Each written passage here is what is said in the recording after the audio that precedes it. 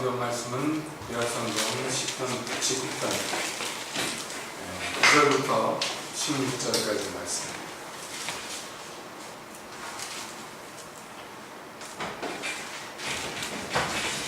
시편 119편 9절부터 16절까지 읽어보시겠습니다.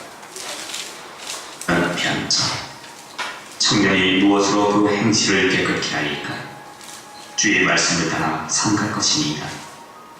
내가 전심으로 주를 찾았사오니 주의 계명에서 떠나지 말게 하소서. 내가 주께 범죄치 아니하여 주의 말씀을 내 마음에 두었나이다. 찬송을 받으시려 하여 주의 율례를 내게 가르치소서. 주의 입의 모든 규례를 나의 입술로 선포하였으며 내가 모든 재물을 즐거워함같이 주의 증거의 도를 즐거워하였나이다. 내가 주의 법도를 묵상하며 주의 도에 주의하며 주의 율례를 즐거워하며 주의 말씀을 잊지 아니하리이다. 아멘. 하나님, 이 시간 주의 말씀 듣기를 원합니다. 오셔서 우리에게 말씀해 주시옵소서. 예수님의 이름으로 기도합니다. 아멘. 아멘. 지난 시간에 이어서 시편 119편 두 번째 단락을 함께 봅니다. 말씀드린 것과 같이 시편 119편은 하나님의 계명, 하나님의 말씀이라는 주제로서 나오는 찬양인데요. 성경에서 제일 긴 장입니다. 그리고 각 단락마다 각 단락에 있는 모든 절이요, 맨 앞글자가 알파벳 순서로 되어 있어요.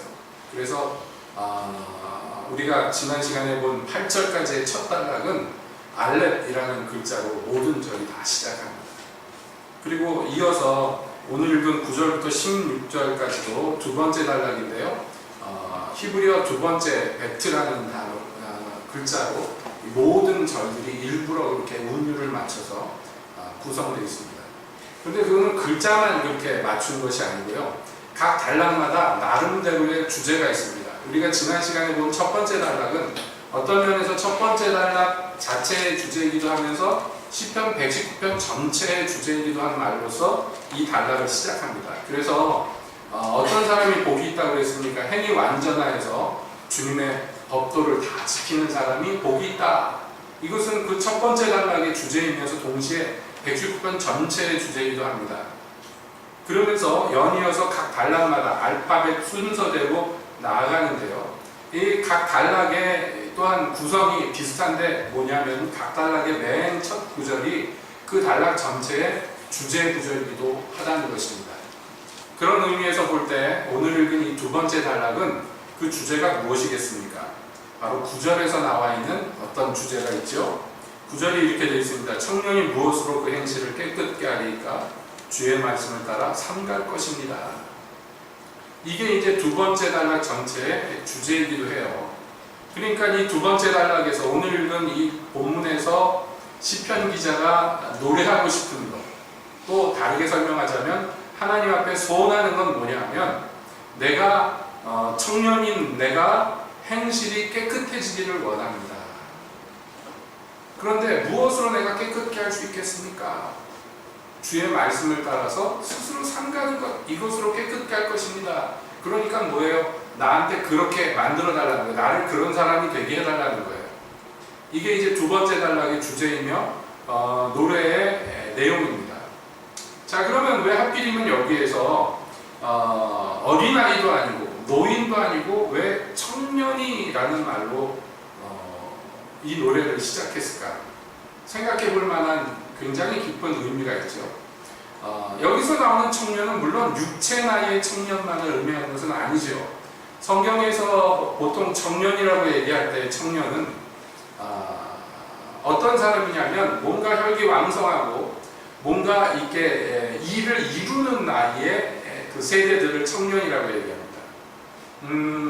그것은 육체 나이를 넘어서는 어떤 의미가 있는데, 예를 들자면 이런 거예요. 모세가 장성하여 라고 성경에 나오는데, 모세가 장성하여 이게 뭐냐면 모세가 어른이 되어, 다른 말로 하면 모세가 청년이 되어, 이렇게 의역할 수 있는데 그때 뭘 했느냐? 그때 자기 백성을 돌아보기 시작했다, 이렇게 돼 있어요. 그때 나이가 몇 살입니까, 여러분? 모세가 내 백성을 구원해야 되겠다 이렇게 마음 먹고 뭔가 행동에 옮기기 시작한 나이가 몇 살이죠?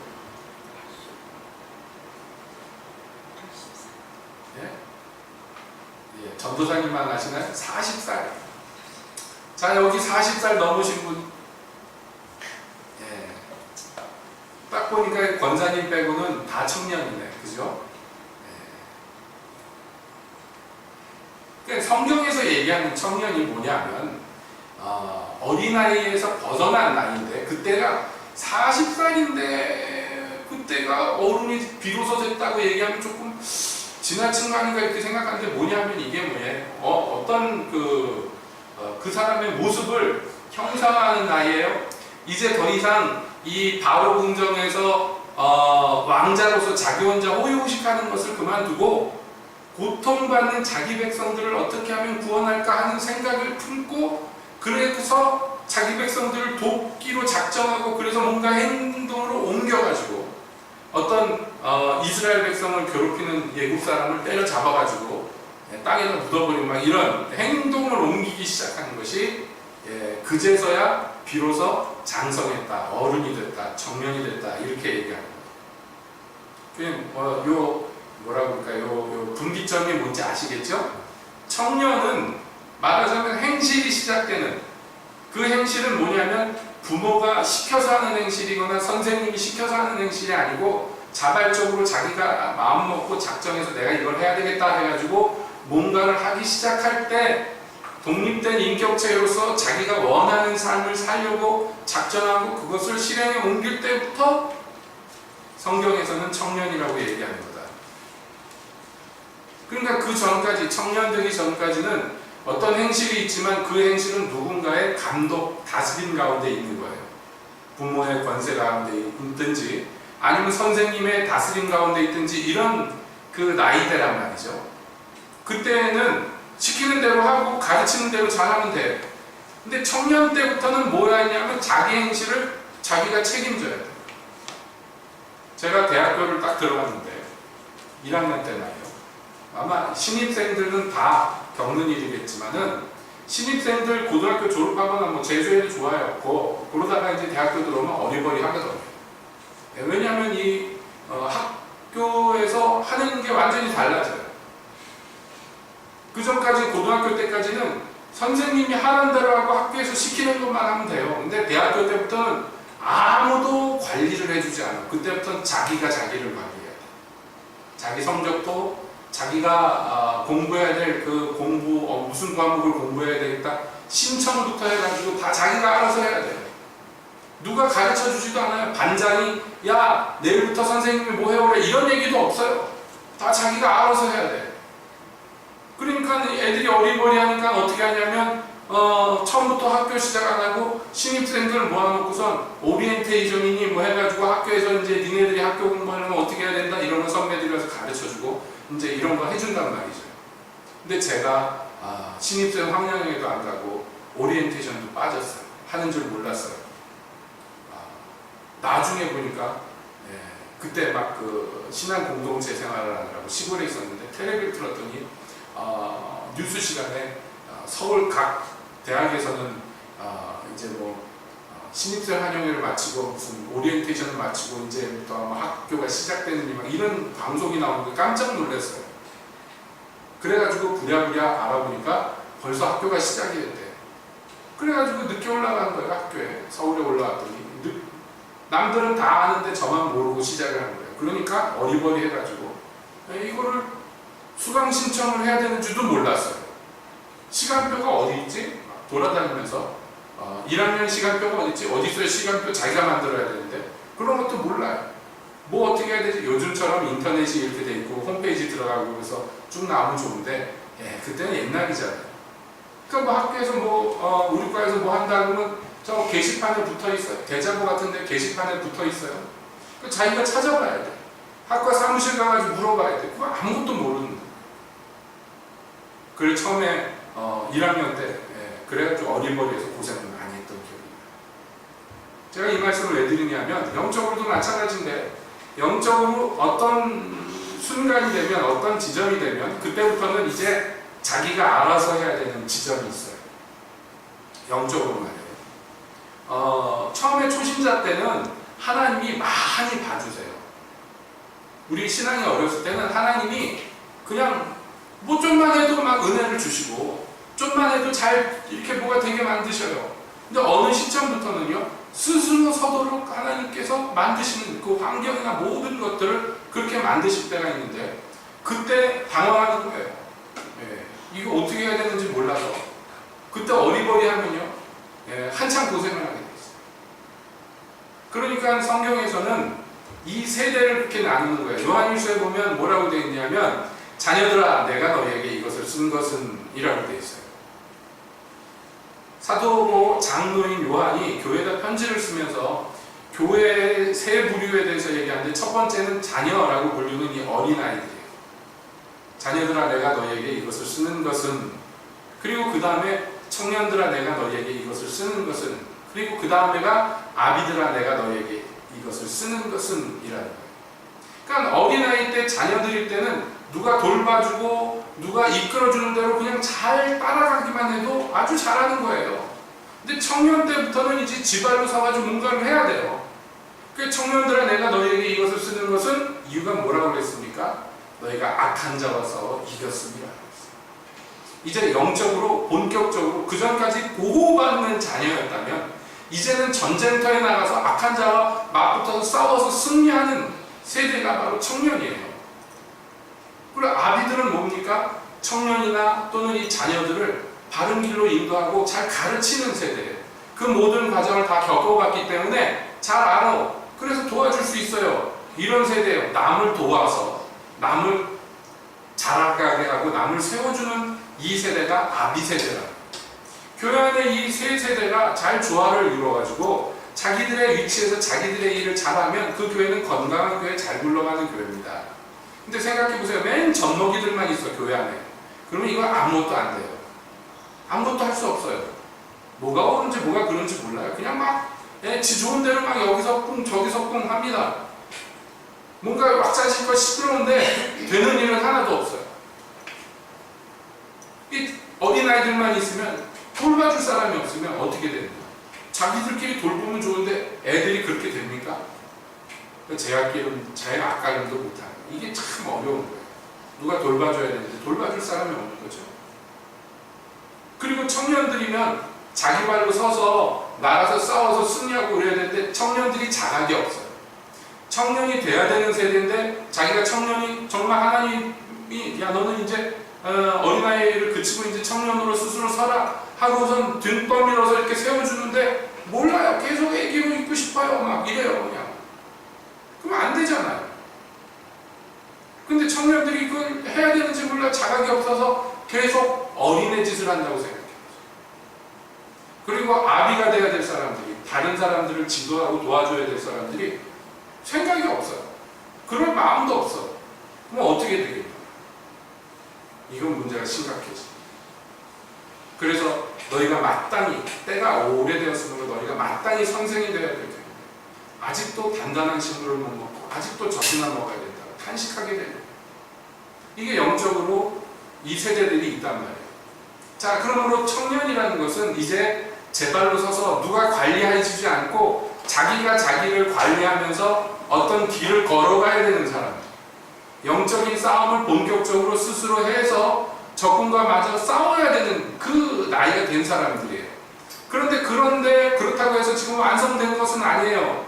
이제 비로소 제 발로 서고 독립된 신앙인으로서 뭔가를 홀로서 서서 해야 돼요. 더 이상 누구에게 기댈 수 없어요. 스스로 힘으로 서야 돼요. 자, 이럴 때 사실은 이때가 어떤 의미에서 영적으로 제일 힘들 때예요. 왜냐하면 이제까지 누가 케어해주고 돌봐주고 먹여주는 게 몸에 익었기 때문에 계속 그렇게 하고 싶은 마음이 있어요. 근데 하나님이 상황을 그렇게 만들어주질 않아요.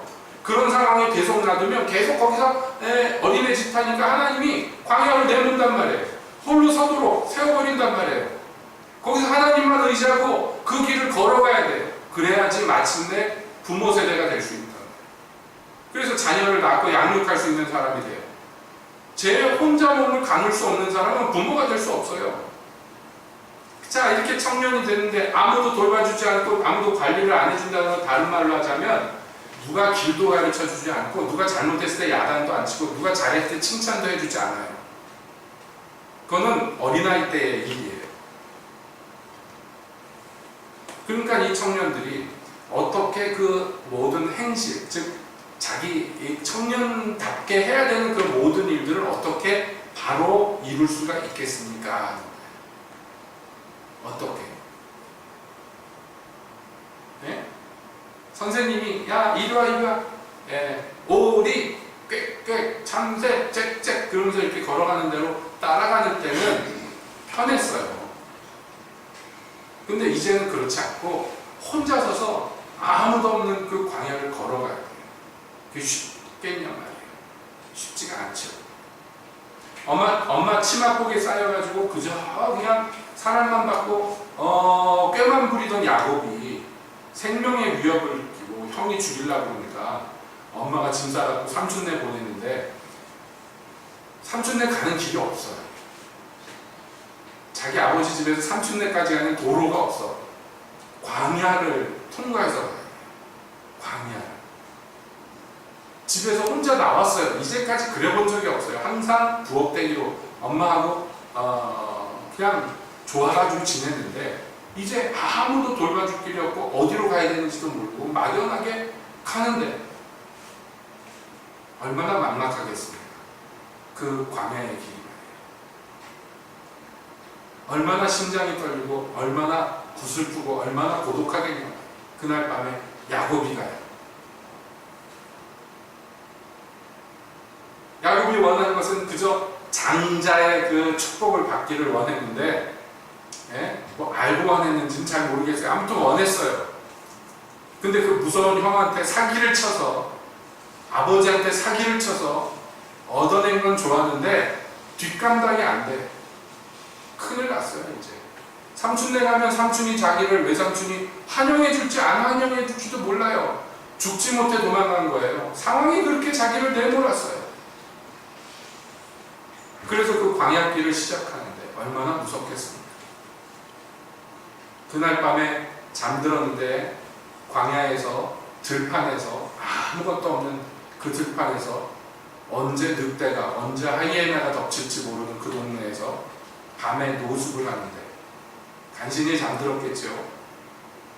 펌펌한 돌에다가 머리를 대고 노숙을 하는데 잘못하면 입 돌아갈 판인데 그 밤에 하나님께서 뭘 보여주셨어요. 하나님의 보좌가 있고 그 보좌로부터 땅에까지 연결된 계단들이 있는데 그 계단 위로 천사들이 오르락내리락 하는 것을 보여주셨어요. 그가 아침에 일어나서 말했어요. 하나님이 우리 아버지 집에만 우리 아버지랑만 있는 줄 알았는데 이 아무것도 없는 이 광야 여기가 하나님의 집입니다. 그건 다른 말로 하면 하나님이 나와 언제나 어디서나 함께 하신다는 것을 그제서야 알았어요. 그래서 그 머리에 베고 자던 돌을 똑바로 세워서 세로로 세워서 비석처럼 세워서 거기에다가 자기가 싸갖고 온 것 중에 제일 값진 것 기름 그것을 부어드리면서 하나님께 서원했어요. 하나님 내가 삼촌 집에 갔다가 무사히 돌아오게 하시면 내가 여기에서 하나님께 11조를 드리고 여기에서 하나님을 섬기겠습니다. 하나님이 시키지도 않았는데 그리고 새 힘을 얻어서 그 광야를 통과하는 거예요. 야곱이가. 여러분 이게 말하자면 청년의 걸음의 시작이에요. 그 뒤에 그가 일가를 이룰 때까지 얼마나 고생합니까? 얼마나 사기를 많이 당하고 얼마나 억울한 꼴을 많이 당해. 자기도 사기꾼인데 자기보다 더 독한 사기꾼 만나가지고 외삼촌 만나서 이 가문이 좀 그렇죠. 콩가루 집안같이 거기서 얼마나 고생을 해요. 비록 아내도 없고 가정을 이뤘지만 그 하나님 축복 안 해줬으면 계속 거기에서 말하자면 그 요즘 표현을 하면 왜 열정페이 완전히 그 꼴 당하고 이렇게 그렇게 생겼어요. 하나님이 베들레로 다시 돌아오게 하고 거기서 하나님을 섬기게 만든.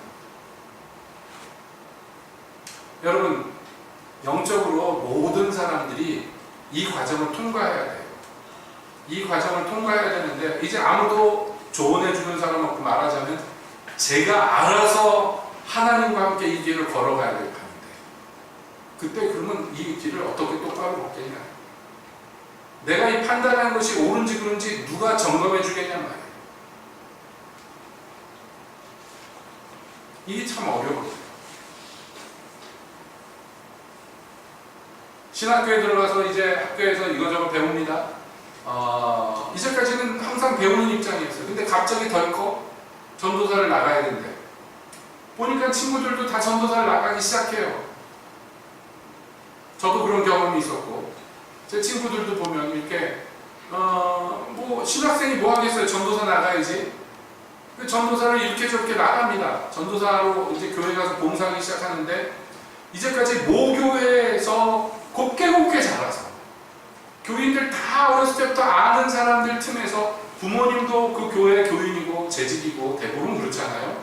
거기서 곱게 길러져가지고 이제 신학생이 되었는데 완전히 낯선 환경에 뚝 떨어져서 이제까지는 남들이 가르치는 거 가만히 앉아 들었는데 나가서 설교를 하래요.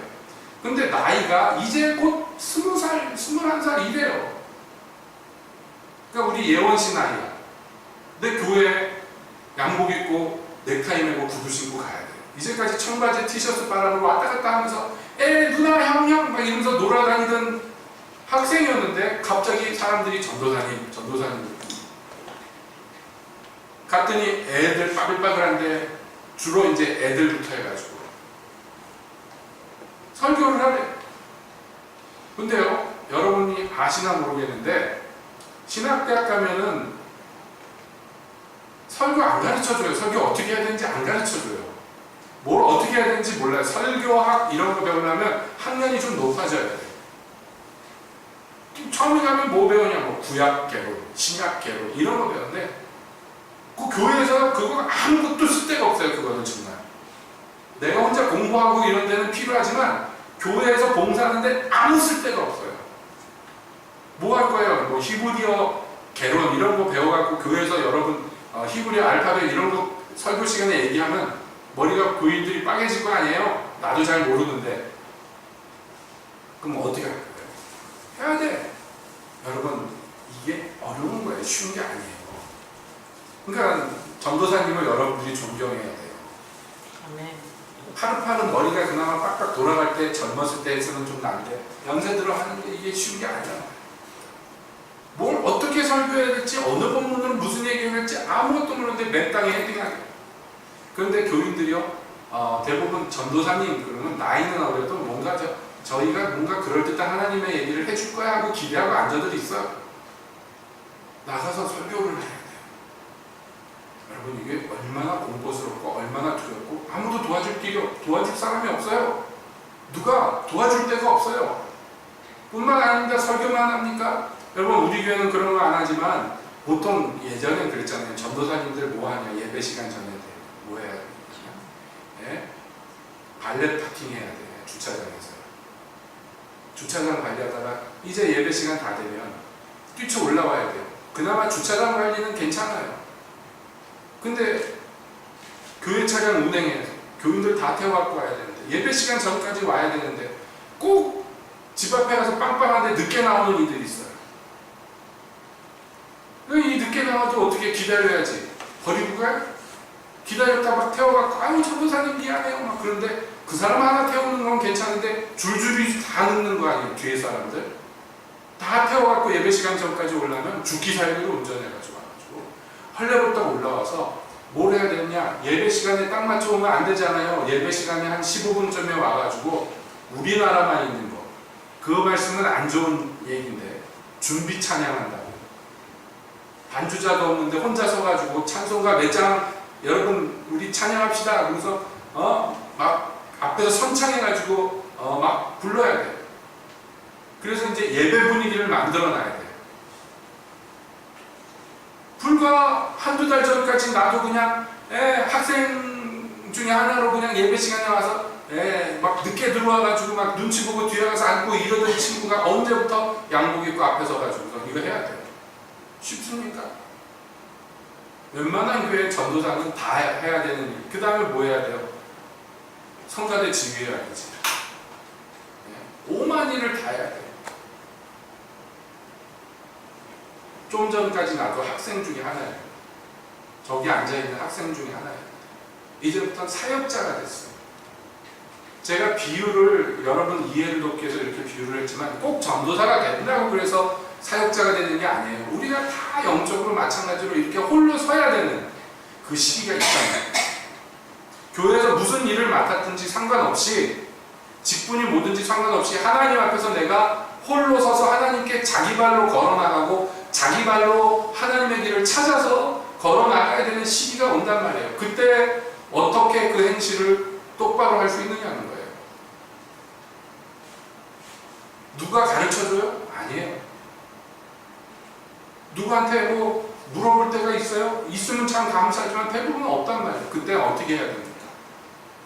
그때는 한 가지밖에 없어요. 주의 말씀을 따라 삼가야 된다. 그러니까 청년이 됐는데 내가 지침으로 삼고 내가 판단의 근거로 삼아야 될 말씀이 내 안에 없는 사람은 불행하죠. 비극적인 사람. 청년의 나이가 됐는데 영적으로 말이에요. 청년의 일을 할 수가 없는 거예요. 내 안에 뭐가 옳고 그른지를 판단할 능력이 없는 거예요. 주의 말씀이 없으면. 그러니까 그 전부터 뭘 간구해야 돼요. 여기 시편 기자도 그래서 간구하는 거예요. 내가 전심으로 주를 찾았으며 찾았는데 그러니까 주님 나를 주의 계명에서 떠나지 말게 하시옵소서. 여기 나오는 이 젊은이는, 이 노래의 주인공은요, 자기를 절대로 신뢰하지 않아요. 자기는 정말 주님이 돌봐주시고 주님이 인도하지 않으면 언제라도 엇나가며 언제라도 깨끗한 삶에서 떨어질 존재라고 스스로에 대해서 자각하고 있어요. 그렇죠. 청년이 육체적으로 성숙하고 뭐든지 할 수 있는 나이지만, 여러분 그렇잖아요. 여러분도 그런 청년의 때가 있었잖아요. 여러분 20대 초반에 여러분 마음이 어땠습니까? 자기가 어른 같았잖아요. 어른이 됐다고 생각했잖아요. 이제 주민등록도 나오고 막 술집도 갈 수 있고 막 담배도 필 수 있잖아요. 선생님 눈치 안 보고. 그리고 막 미팅도 나가고, 생전에 처음 보던 여학생 남학생 만나고. 요즘엔 그런 거가 흔하지만 옛날에는 아마 전국중 집사님도 그랬을 거예요. 전국중 집사님도 남중 남고 이렇게 올라가셨어요? 아니면 그렇죠? 도시에서는 대부분, 시골은 뭐 안 그런 경우도 있지만 도시에서는 대부분 남중 남고인데 저는 초등학교 때부터 남자반 여자반이 따로 있었어요. 고학년 되면서부터. 그러니까 여학생 얼굴도 못 보는 거예요. 어디서 볼까요? 물론 그래서 이제 교회들을 많이 갔죠. 옛날에는. 그러니까 뭐 시골 동네 같으면 뭐 언니 오빠 그래서 동네 애들끼리 친하지만 도시에서는 그것도 잘 안 돼요. 나이는. 그러니까 어른 되는 것 같잖아요. 이제 여자들 만나도, 아가씨들 만나도 되고, 다방에 가서 커피 마시면서 노래도 막 종이에다 적어가지고 DJ한테 막 노래를 신청하고 그런 듯 하잖아요. 어른 된 것 같잖아요. 근데 진짜 어른들, 40, 50, 60 먹은 어른들이 보면 꼬맹이에요. 애들.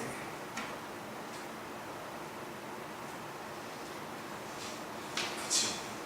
전도사님도 뭐 그 얘기했던 제 친구 백종원이가 하는 프로그램 있잖아요. 음식점 가가지고 이제 도와주는 프로그램. 사장이라고 있는데 뭐 26, 25 그러면 저거가요. 하는 집 보면 어설퍼. 그럴 수밖에 없어요. 자기는 어른이라고 해서 돈 들여가지고 가게 차려놨는데 생각도 짧고 경험도 짧고 그러니까 하는 짓이 어린애 같아요. 어쩔 수 없는 거예요. 그게 자기는 어른이라고 생각하는데 이게 제일 힘들 때예요. 본인은 어른이라고 생각하는데 어른의 일을 제대로 수행할 능력은 없어. 이게 어렵잖아요. 이게 힘들잖아요. 그런데 영적으로도 여러분, 나는 이제 어른이야 라고 생각하는 사람들이 있어요. 영적으로. 실제로 어른이고 어른 일을 해야 되는 건 맞아요. 근데 미숙한 게 많단 말이에요. 배워야 될 게 아직도 많이 남아있단 말이에요. 그러면 어떻게 해야 됩니까? 배워야죠. 근데 나는 어른이니까 다 아니까 그거 안 배워버리면 그 사람은 그때부터 행실을 똑바로 할 수가 없는 거예요. 그래서 잠언 1장에서 솔로몬은 그렇게 얘기합니다. 이 지혜서를 쓴 이유는 라고 얘기하면서 어리석은 자로 지혜롭게 하며 젊은이들로 배우게 하며 그랬어요. 그렇게 하려고 이걸 쓰려고 그랬어요. 청년이 됐어도 청년이 돼서 어른이 되었지만 그래서 뭔가를 해야 되지만 동시에 이 청년은 계속 배워야 된다. 근데 어떻게 하면 배울 수 있느냐면 내가 꼭 배움이 필요합니다 하고 본인이 그것을 느껴야지. 그래야지 배울 수 있어요. 그리고 사실은 인생 중에서 이 청년의 때가 제일 잘 배울 수 있는 때예요. 어린아이 때는 그냥 가르쳐주는 대로 옳은지 그른지 모르고 그냥 배워야 돼, 일방적으로. 그러나 이제 청년의 때는요, 잘 분별할 수 있는 이제 자각이 생기고, 그리고 그 배운 것을 실행할 수 있는 몸에 힘이 있기 때문에 이 청년의 때 잘 배우면요, 그게 유익이 크단 말이에요.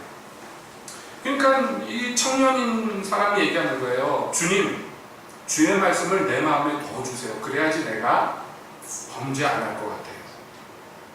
만약에 주님이 내 마음에 그 말씀을 넣어주지 않으면 나는 금방 범죄할 것 같아요. 그렇죠. 왕성하게 무엇을 할 수 있는 능력은 다른 말로 하면 나쁜 짓도 왕성하게 할 수 있는 거예요. 좋은 일을 왕성하게 할 수 있는 나이는 나쁜 짓도 왕성하게 할 수 있어요. 그렇죠? 여러분 그렇잖아요. 초등학생이 나쁜 짓 해봐야 거기서 거기에요. 근데 벌써 중고등학교만 가도 나쁜 짓 하면 규모가 커져요. 똑같습니다. 그래서 이 청년은 계속해서 소원하는 게 뭐냐면 내가 주님의 법 가운데, 내가 주님의 교훈 가운데, 내가 주님의 가르침 가운데 계속 거주하기를 원한다는 것을 계속 하나님한테 피력해요. 나한테 이게 필요하다는 거예요. 그래서 맨 첫 절이 이 단락의 주제라고 제가 말씀드린 거예요. 청년이 무엇으로 그 행실을 깨끗하게 하겠습니까? 청년의 행실을 깨끗하게 하기 위해 뭔가 필요하다는 거예요. 반드시 필요하다는 거예요. 그게 뭐냐면 바로 주의 말씀. 주의 말씀. 그리고 그 내가 배운 그 말씀이 나를 통치하고 다스려야 된다. 절실하게 느끼는 거예요. 참 안타까운 것은 이러한 영적인 그 성장 그 순서를 차곡차곡 올라가면 참 좋은데 그게 잘 안 되는 게 교회 안에서 그게 참 문제예요. 그냥 교회 몇 년 다니면은 직분 주고 그리고 그 중에서 좀 공부 많이 하고 좀 공부 머리에 좀 먹물 좀 들고 돈도 꽤 벌고 그러는 것 같으면 중직시키잖아요. 잘 그걸 감당하게 되면 다행인데 직분은 맡겼는데 이게 그래요. 혼자서 신앙생활 이렇게 막 할 때는 별 문제가 없는데 갑자기 짐이 딱 치워주면요 그때부터 이게 문제가 돼요. 감당해야 되는데 감당할 능력이 없으면 그때부터 문제가 돼요. 이게 영적으로 육적으로. 그러면 어떻게 해야 됩니까? 나는 감당할 힘이 없으니까 그 짐을 왜 던져버려야 돼요? 그렇게 해서는 안 되겠죠. 주님이 지어주신 짐이니까. 그럼 감당해야 돼요. 무엇으로 감당하겠습니까? 주님의 말씀으로 내가 단련을 합니다. 주님의 말씀으로 내가 새로워져야 돼요 하고 본인이 이것을 절실하게 합니다.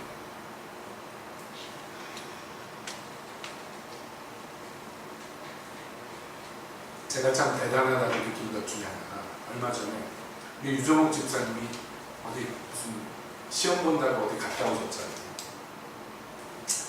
지금 시험 공부할 나이는 아닌데 그죠? 그런데도 불구하고 척가가지고 붙어갖고 오셨어요. 대단해. 그죠? 그 나이 때 아저씨가 했다고 해도 대단한데 아주머니가 가서 척하고 왔어요. 대단하다. 여러분 세상 것도 나이 들어도 이렇게 배워가지고 열심히 하는 사람이 있었어요. 저희 둘째 고모가 나이가 70 다 된 66살인가 되셨을 때 대학교 입학했어요. 자식들 다 기르고 손주 다 길러놓고 나니까 그러고 있는데 남편이 고모부가 돌아가셨어요. 혼자 되니까 집에서 할 거 없다 그러니까 내가 평생에 해보고 싶었던 거 그걸 해보겠다. 그래서 그 연세에 시험 쳐서 대학 들어갔는데 미대를 들어갔어요. 화가가 되는 게 자기 평생의 꿈이었는데 그때부터 미술 공부를 하시더니 막 그림을 막 그려내는 거예요. 이 할머니가. 물론 영국에 사십니다. 한국에는 좀 힘들 것 같지. 나이 들어서도 자기가 이거 해야 되겠다 그래서 공부해가지고 하는 사람들 보면 우리가 TV 같은 데서 보면 대단하다 그러잖아요. 그런데 교회 안에서 그런 모습을 더 많이 봐야 되는 게 맞다는 거예요. 잘 못 보는 것 같아요. 이게 안타까워. 그러니까 육체 나이는 많이 들고 아니 육체 나이뿐만 아니라 교회 나이도 많이 들었어. 교회 안에서 신앙생활을 오래 했어. 그래서 그 나이가 벌써 영적으로 보면은 아버지 어머니가 아니라 할머니 할아버지가 돼야 될 나이인데 아직도 젖먹이로 남아있는 사람들이 너무 많아요. 왜냐하면 하나님이 이렇게 일으켜 세우려고 하고 환경을 이렇게 만들어줘도요 안 하고 막 그래요. 그러면 못해요. 하나님이 억지로 안 시켜요. 안 하겠다고 버티면 안 하는 거예요. 그러니 이게 괴리가 생기잖아요. 육체 나이랑 정신적 나이랑 괴리가 생기면 문제가 심각하잖아요. 영적으로도 똑같아요. 그러니까 우리가 청년으로 우뚝 서려면 여러분 뭘 해야 돼요? 12절에 이렇게 나와요. 찬송 받으실 여호와여 주의 율례를 내게 가르치소서. 나를 가르쳐달라고 배우기를 원합니다. 그 율례를 알아야지 깨끗한 삶을 살 수 있다니까요. 청년이 똑바르게 움직일 수가 있다니까요. 바른 길로 걸어갈 수 있다니까요. 그러니까 절실하게 구하는 거예요. 하나님을 찬양하면서 동시에 나를 가르쳐달라고 주의 법을 나에게 가르쳐달라고 주의 법도를 나에게 가르쳐달라고. 여러분 우리가 특히 대한민국 교인들은 대한민국에 있는 우리 조국의 교회는요 이게 절실하게 필요해요. 주의 말씀을 더 알기를 원합니다. 내가 주의 법을 더 알기를 원합니다 하는 사람들이 많이 일어나야 돼요. 연령과 상관없이 교회 연배랑 상관없이. 오전에도 말씀드린 것처럼 나는 답을 다 아니까 맨날 하는 얘기가 거기서 거기니까 이러고선 그냥 그 자리에 계속 머물러 있으면 답은 아는지 모르지만 여러분 복음을 들었는지는 모르지만 그 복음이 자기의 삶을 다스리지 못하면요 그건 안 하면 안 해요. 들으면 안 해요. 소용이 없는 거예요. 복음에는 능력이 나타나서 믿음으로 믿음에 이르게 하는 하나님의 이 구원의 능력이 복음에는 있는데 복음의 능력을 평생 경험을 못하는 거예요. 왜냐하면 복음이 나를 다스려야 되는데 내가 복음을 알지도 못하고 알려고도 하지 않기 때문에 복음이 다스리고자 할 때 내가 다스림을 못 받는단 말이에요. 그러면 어떻게 되겠냐? 당연하지만 복음의 결실도 따먹을 수가 없어요. 복음으로 말미암아 나타나는 하나님의 능력도 이룰 수가 없어요.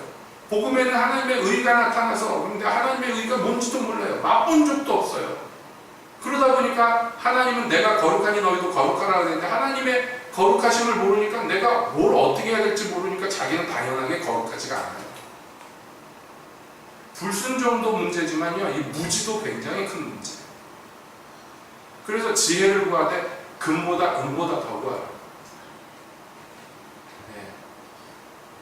시편 19편에서는 그렇게 얘기합니다. 내가 주의 말씀을 사모하는데 금이나 은보다 더 사모하고 꿀과 성인꿀보다 내 입에 더 달다고 다윗이 노래했다는 거예요. 근데 여러분 실제로 교회 생활 여러분들이 꽤 오래 하셨는데 막 성경을 읽는데 이게 꿀보다 내 입에 더 달다, 이 금보다 나한테 이게 더 좋습니다, 막 이 마음이 들 때가 있었어요? 예? 한 번이라도 양심적으로다가 금덩어리를 못 만져보셨군요.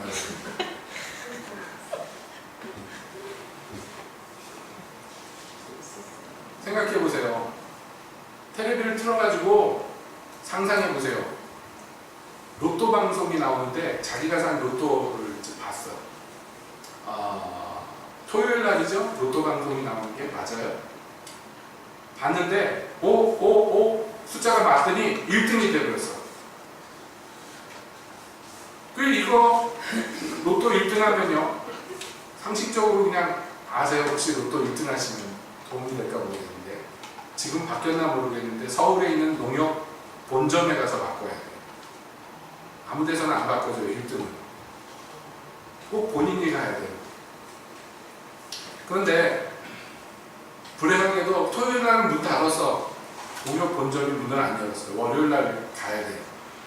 그죠? 그러면 여러분 그거 주말 동안에 토요일, 일요일을 지나서 월요일 아침이 될 때까지 이 여러분 당첨된 로또 복권을 어떻게 보관할 거예요? 가슴 속에 생각해보세요. 그리고 보관도 보관이지만 이거 몇 번 들여다볼 거예요. 몇 번 꺼내볼 것 같아요. 잠도 안 올 거야 아마. 안 그렇습니까? 예를 들어 몇십억짜리다 생각해보세요. 어떻게 될 거예요? 들여다보고 집어넣고 잠도 안 자고 밥도 안 먹고 그것만 계속 들여다볼 거야. 제가 과장이 아니라 실제로 그렇게 한 사람들이 대부분 그랬대요. 농협 본점 갈 때까지 잠을 한 잠도 못 잤대요. 누가 잠자는데 누가 빼갈까봐 잠도 안 와. 그리고 이상하죠. 그럴 때는요, 잠 안 자도 피곤도 안 해. 그래서 농협 본점에 차를 타고 이제 울진부터 간다고 생각해보세요. 두근반 세근반 그래서 농협 갔는데 뭐 사람들이 다 도둑놈같이 보이죠.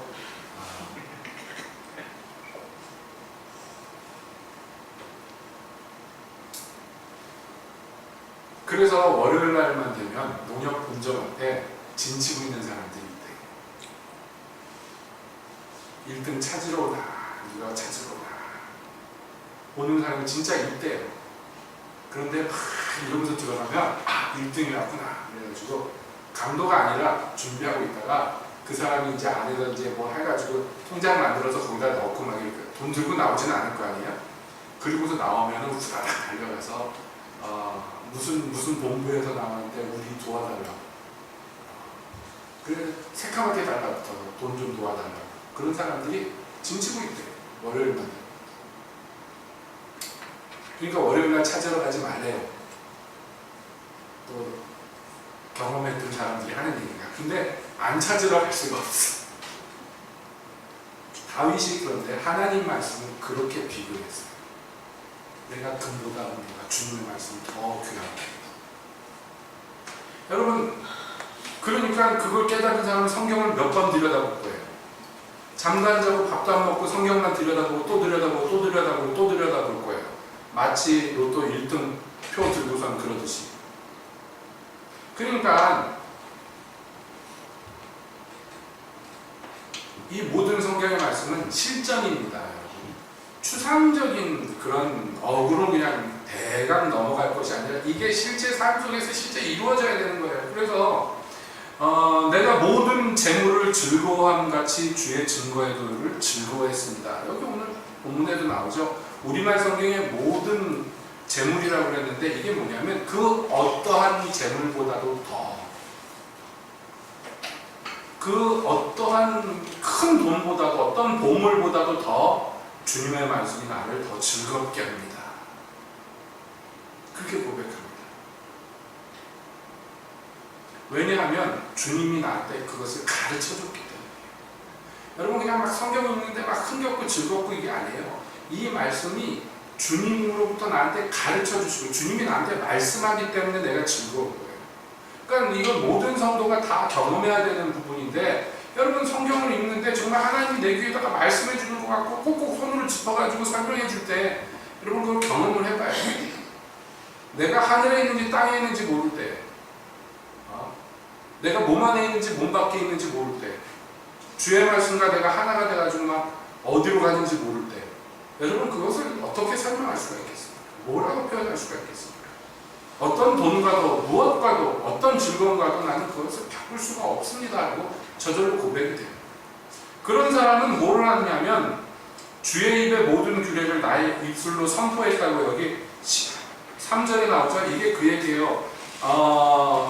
뭐냐면 그 아가서 1장에 나오는 것처럼 주의 입의 입맞춤으로 내게 입맞춰 주세요 하는 것처럼 그 하나님의 입의 입과 하나님의 입과 내 입이 맞닿아 있는 거예요. 그래서 그 입에 나오는 말씀이 내 입으로 들어왔어요. 그랬더니 내 입이 뭐 하느냐 했더니 우리말 성경에는 그렇게 나왔죠. 나의 입술로 선포했다고, 주의 규례를. 여기에서 선포했다는 것은 이렇게 막 연설하는 것이 큰 소리로 외치는 것을 의미하기도 하지만은 사실은 이 선포했다는 말이 다르게 번역하면, 다르게 직역하면 뭐라고 되어 있느냐면 말하고 또 말했다는 거예요. 반복해서 말했다는 거예요. 이게 큰 소리로 외치지만 그냥 한 번 외치는 게 아니라 반복하고 또 반복해서 계속 말하는 것을 의미해요.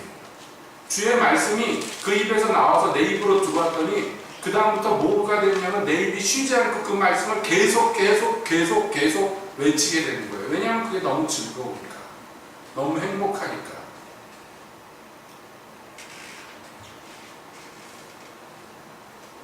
그래서 내가 주의 법도를 묵상한다. 묵상도 마찬가지죠. 계속 생각하고 또 생각하는. 그 주의 도에 주의했다. 주의 도에 주의했다는 건 뭡니까? 주의 도로 이 내 모든 길을, 이 도를 쫓아서 주님의 길로, 여기 우리말 성경에 주의 도로 된 것이 주의 길이에요. 주의 길을 똑바로 관심 있게 주시하면서 그렇게 걸어가겠다는 거예요. 그리고 그 길에서 주의 법을 즐거워하고 뿐만 아닙니다. 이러한 지금까지 축복된 경험들 주님이 나를 가르치셨어요. 그래서 그 입에서 나오는 말씀이 내 입으로 들어와서 내 입이 계속 주의 말씀을 떠들고 있어요. 나한테는 그게 모든 재물보다 더 좋아요. 이게 나를 제일 즐겁게 해요. 그래서 나는 이 길로만 걸어가기를 원해요. 지금 걷고 있어요. 계속해서 이것을 묵상하고 있어요. 여기까지 다 좋단 말이에요. 그런데 이게 단회적인 이벤트로 반짝하는 사건으로 끝나기를 원치 않아요. 여기 시편 기자. 이것이 나한테 잊혀지지 않을 것입니다. 내가 이것을 잊어버리지 않을 것입니다. 왜냐하면 이게 항상 현재 진행, 나에게는 현실이며 현재 진행이기 때문에 과거의 아련한 추억으로 지나가면 안 돼요. 아까 제가 여러분께 질문 드렸죠? 그렇게 말씀이 내 입에 달았던 때가 있냐고. 왜 없겠습니까? 여태 교회 다니는데. 근데 그게 과거에 어떤 때 반짝하는 사건으로 끝나면 안 된단 말이에요. 그건 잊어버린 거예요. 그때의 일을 망각한 거나 그때의 일을 빼앗긴 거나 마찬가지예요. 여기 이 청년은 말합니다. 이것이 나한테 항상 실제할 것입니다. 나에게 이것이 항상 현실일 것입니다. 과거에 잊혀진 일이 아니다. 그렇게 될 것입니다. 그렇게 되게 하겠습니다. 라고 다짐. 자, 여러분도 청년의 때를 무사히 아름답게 승리로 점철하시고 그리고 이제 아버지 어머니를 서셔야 됩니다. 우리 새벽교회 성도들이요. 정말 아버지 어머니 세대들이 막 일어나야 돼요. 그러기 위해서 꼭 청년의 때를 악한 자와 싸워서 이기는 이 때를 지혜로, 하나님의 지식으로, 하나님의 율례로 교육받아서 바르게 해서 승리해야 돼요. 마귀에게 지면 안 돼요. 그건 청년이 그 행실을 깨끗게 하는 것과 정반대예요. 청년의 왕성한 때에 방탕하게 살면 안 된다. 늙어서 고생하는 것처럼. 여러분, 우리가 영적으로 이 청년의 때를 잘 승리로 이길 수 있는 비결은 단 한 가지입니다. 주의 말씀이 나를 통치해야 돼. 내가 그것을 즐거워해야 돼. 그 한 번이 아니고 계속 항상. 그런 사람만이 승리하고 그 모든 삶의 거룩한 열매들로 주님께 기쁨을 드릴 수 있고 그런 경험들이 차곡차곡 쌓일 때 그 사람이 아버지가 되고 어머니가 될 수 있는 거죠. 오늘 성경의 한 부분을 통하여서 들은 이 말씀이 여러분에게 현실이 되기를 바랍니다. 그냥 옛날 얘기처럼 이렇게 지나가지 않고 여러분들에게 이게 현실 소원이 되기를 원합니다. 여러분의 삶에 실제로 성취되는 현실의 일들이 되기를 축복드립니다. 구하는 자, 소원하는 자가 그것을 이룰 것이고 취할 것입니다. 하나님이 그렇게 축복해 주시기를 바랍니다. 기도하겠습니다.